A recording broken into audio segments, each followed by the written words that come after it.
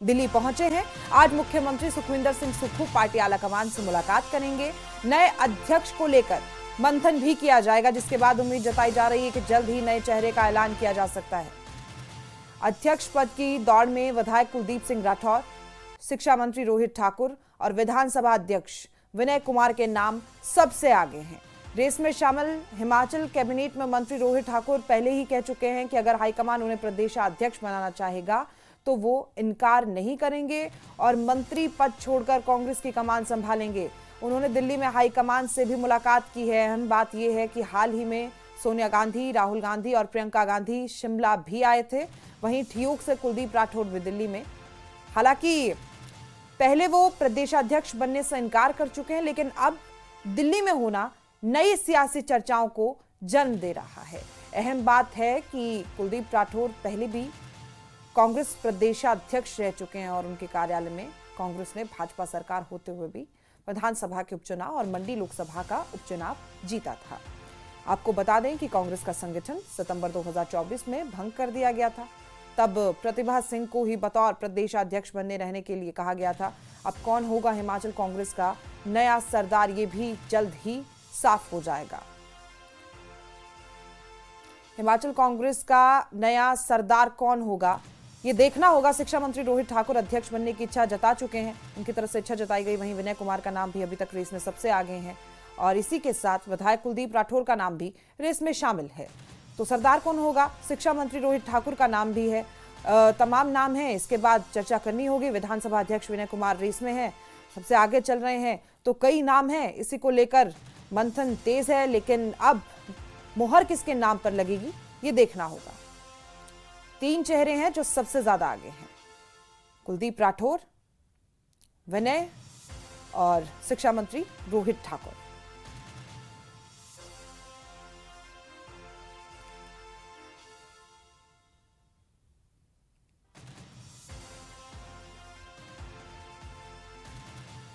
ठीक है, तो देखिए ठियोग से विधायक है राठौर, कुलदीप राठौर रेस में सबसे आगे हैं।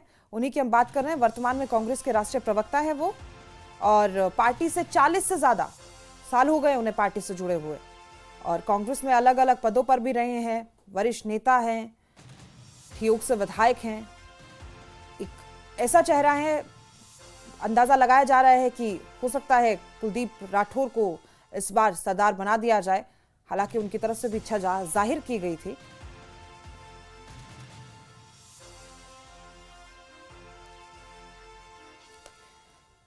रणवीर सिंह शिमला से हमारे सहयोगी हमारे साथ बने हुए हैं। रणवीर, 3 नाम बताए जा रहे हैं, राठौर का भी नाम सामने है, विनय का भी। क्या लगता है सबसे ज्यादा माहौल किस नाम पर बनता हुआ नजर आ रहा है? देखिए प्रिया, ये आपने सही कहा कि नाम तो 3 है, लेकिन जब तक कोई आधिकारिक सूचना नहीं आती है या कोई चिट्ठी कांग्रेस आला कमान की तरफ से नहीं आती, तब तक तो ये कहा जा सकता है कि कयास और संभावना ही बनी रहती है। और सियासी गलियारों में जो चर्चा है इन्हीं तीनों नामों की है। कुलदीप सिंह राठौर की बात करें तो पहले भी अध्यक्ष रह चुके हैं, अलग अलग पदों पर रहे हैं और पहली बार जो है विधायक बनकर आए हैं। पहली बार उन्हें टिकट दिया था और पहली बार वो चुनाव जीते और उनकी परफॉर्मेंस पहले भी ठीक रही है। शिक्षा मंत्री रोहित ठाकुर की बात करें तो चौथी मर्तबा वो विधानसभा में पहुंचे हैं। शिक्षा मंत्री वो इस वक्त हैं और पूर्व में सीपीएस रहे हैं। जहां तक विधानसभा उपाध्यक्ष की बात करें विनय कुमार की, तो वो लगातार तीसरी दफा चुनकर विधानसभा पहुंचे हैं। तो यहाँ पर जो जातीय समीकरण है, जो क्षेत्रीय संतुलन है, ये बड़ी बात होगी। अगर अनुसूचित जाति का कोई चेहरा कांग्रेस पार्टी आलाकमान अगर देती है तो उसमें विनय कुमार सबसे फिट बैठते हैं। और पार्टी आलाकमान की पसंद की बात करें तो अभी तक तो संकेत यही मिल रहे हैं कि कुलदीप सिंह राठौर उनकी पसंद बने हुए हैं। जहां तक मुख्यमंत्री की बात है, मुख्यमंत्री पहले ही ये कह चुके हैं कि उनकी तरफ से एक चिट्ठी कांग्रेस आलाकमान को दी गई थी कि पार्टी का जो प्रदेश अध्यक्ष है वो या तो किसी मंत्री में हो या फिर अनुसूचित जाति से हो। तो ये 3 नाम है अभी जो चर्चाओं में सबसे ज्यादा है। लेकिन क्या पता, ये देखना होगा कि कांग्रेस आलाकमान क्या विचार करती है कि क्या कोई और चेहरा भी हो सकता है। इसकी भी संभावनाएं जो है बनी हुई है, लेकिन अभी तक तो यही 3 नाम है। बड़ी बात इसमें है कि मुख्यमंत्री दिल्ली में डटे हुए में पिछले कल अचानक वो दिल्ली गए, जब ये खबरें निकल कर आने लगी कि देश में कुलदीप सिंह राठौर सबसे आगे हैं। रोहित ठाकुर को भी दिल्ली बुलाया गया था, कुलदीप राठौर को भी दिल्ली बुलाया गया था। हालांकि दोनों से हमारी बात हुई है, उनकी तरफ से यही कहा गया है कि जो पार्टी आला कमान फैसला करेगा वो मंजूर होगा। लेकिन यहाँ पर देखना होगा कि कब तक जो है ये नाम सामने आते हैं, क्योंकि कांग्रेस के सामने चुनौती या अभी जो पंचायत चुनाव होने हैं वो बड़ी चुनौती है, और प्रदेश में ना तो कोई कार्यकारिणी है, और इस वक्त जो कांग्रेस संगठन है वो अकेले प्रतिभा सिंह के हाथ में है, वही एक अध्यक्ष के रूप में कार्य कर रही हैं। आपने देखा होगा कि जिस दिन यहाँ पर पूर्व में 6 बार मुख्यमंत्री रहे स्वर्गीय वीरभद्र सिंह की प्रतिमा का अनावरण का मौका था, आपने देखा प्रतिभा सिंह ने किस तरह से एक लाइन में जो तारीफ कुलदीप सिंह राठौर की है, तो उससे लगता ये है कि पसंद हॉली लॉज की जो है वो कुलदीप सिंह राठौर है। लेकिन मुख्यमंत्री ये कह चुके हैं कि या तो मंत्री हो या अनुसूचित जाति से हो। और विनय कुमार की जहां तक बात करें, सियासी कद की बात करें, तो वो करीबी हैं उप मुख्यमंत्री के। तो ये भी देखना होगा कि किस तरह से संतुलन जो है कांग्रेस आला कमान बिठाएगा, थोड़ा इंतजार अभी करना होगा। लेकिन ऐसा लगता है जिस तरह से मुख्यमंत्री पहले भी कह चुके हैं कि इसी महीने जो है ऐलान होगा। ये कब होगा देखने वाली बात होगी, और जो नई कार्यकारिणी है कांग्रेस की वो भी इसी महीने गठित की जाएगी। जी, जातीय समीकरण की आपने बात की, हिमाचल के लिए प्रसिद्ध है, राज बदलता है, रिवाज बदलता है, हर साल वहां पर सत्ता बदलती है। ऐसे में ये भी काफी अहम है कि कांग्रेस इस बार अध्यक्ष चुनाव से या पंचायत चुनाव से ये सुनिश्चित कर दे जनता के आवाम के बीच में कि आप इस बार जो कार्य कर रहे हैं, जिस तरीके से 7 के इलेक्शन लड़ेंगे और जो आपकी तरफ से नाम दिया जाएगा कि कोशिश रहेगी उनकी कहीं ना कहीं दोबारा भी सत्ता में काबिज होने की, इस तरीके से भी अहम हम देख सकते हैं इस अध्यक्ष चुनाव को।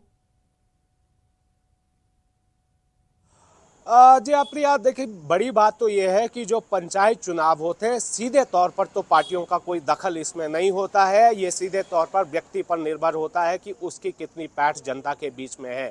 हाँ, बाद में जो घोषणा होती है, चाहे जिला परिषद अध्यक्ष बनता है, बीडीसी अध्यक्ष बनता है, उपाध्यक्ष बनता है, प्रधान बनते हैं, वो किस पार्टी को घोषित करते हैं। लेकिन हाँ, इतना जरूर है, इससे जो दल सत्ता में होता है उसकी साख जो है कहीं ना कहीं जुड़ी होती है। जहाँ तक जातीय समीकरण की आपने बात कही, ये जो समीकरण है वो मुख्यमंत्री की तरफ से लाया गया कि मुख्यमंत्री ये चाहते हैं कि ये इन दो कैटेगरीज को देखा जाए, या तो मंत्री हो या तो फिर अनुसूचित जाति से हो। लेकिन क्षेत्रीय समीकरण की अगर हम बात करें, ये तीनों जो नाम अभी देश में चल रहे हैं ये शिमला संसदीय क्षेत्र से आते हैं, और इसके अलावा मंडी संसदीय क्षेत्र बहुत बड़ा क्षेत्र है, और कांगड़ा जो बहुत बड़ा दुर्ग है किसी भी पार्टी के लिए। यहाँ से भी देखना होगा कि इस तरफ क्या जो है विचार किया जाता है। तो बड़ी बातें हैं, बहुत सारे समीकरण हैं, लेकिन बड़ी बात इसमें यह है कि कांग्रेस आला कमान जो है अंतिम फैसला लेगा, और जो भी फैसला आला कमान की तरफ से लिया जाएगा वो जिस पद पर हो उसे वो पद छोड़ना पड़ेगा। अगर मंत्री हैं तो मंत्री को वो पद छोड़कर प्रदेश अध्यक्ष की कुर्सी पर बैठना होगा और संगठन की कमान संभालनी होगी।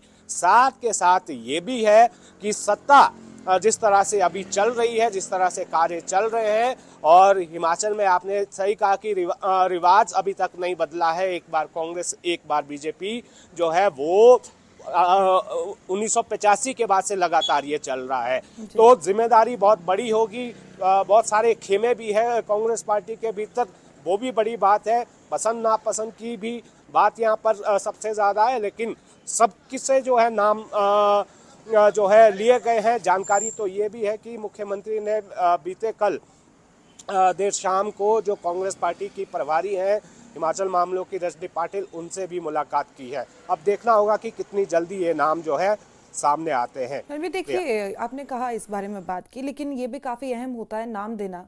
हिमाचल चुनावों की हम बात कर रहे हैं, लेकिन ये इससे भी अनछुए नहीं रह सकते हैं कि कांग्रेस का जो हाल है, चुनाव हर जगह हो रहे हैं। बिहार में भी बात हो रही है चुनाव की, और वहीं राज्यसभा चुनाव हो रहे हैं, उसमें भी जम्मू कश्मीर में, उसमें भी कांग्रेस की मिलीजुली बातें यहाँ पर नजर आ नहीं रही है, कहीं संगठन सहयोग में बनाती हुई वो नजर नहीं आ रही है। तो यहाँ पर इसलिए भी क्या ये नाम चुनना अहम हो जाता है कि आप आगे किस तरीके से प्रेजेंट कर रहे हैं कांग्रेस पार्टी को, क्योंकि धीरे धीरे हम देख रहे हैं वर्चस्व खत्म होता नजर आ रहा है कांग्रेस का।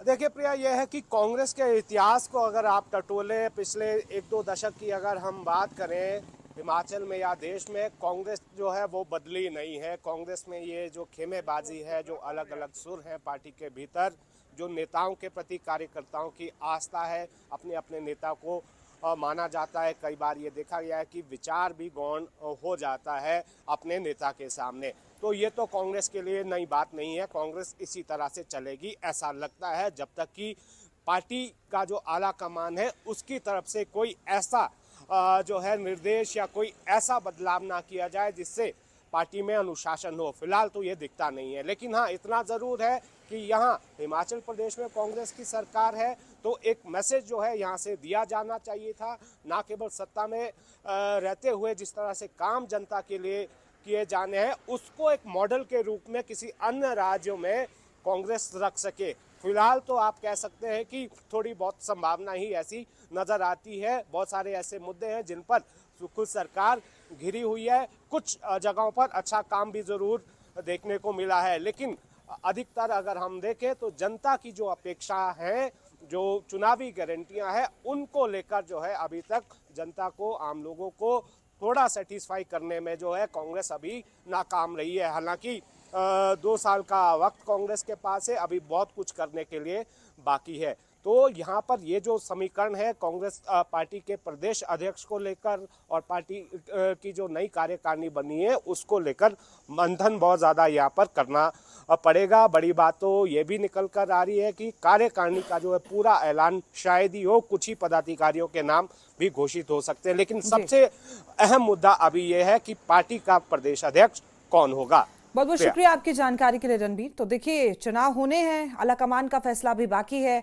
और ऐसे में क्या कुछ होना है इस पर नज़र हमारी लगातार बनी हुई है। वही हमारी सहयोगी वाली बात है कि थोड़ा कांग्रेस को सोच परख कर कदम रखना होगा, फूकना होगा, क्योंकि हर जगह से, चाहे चुनावों की बात करें या गठबंधन में सहयोग देने की, थोड़ी कांग्रेस ढीली होती हुई नजर आ रही है, क्योंकि सबसे पुरानी पार्टी है और इसी के साथ अपना वर्चस्व बनाए रखना कांग्रेस के लिए बेहद ज़रूरी है।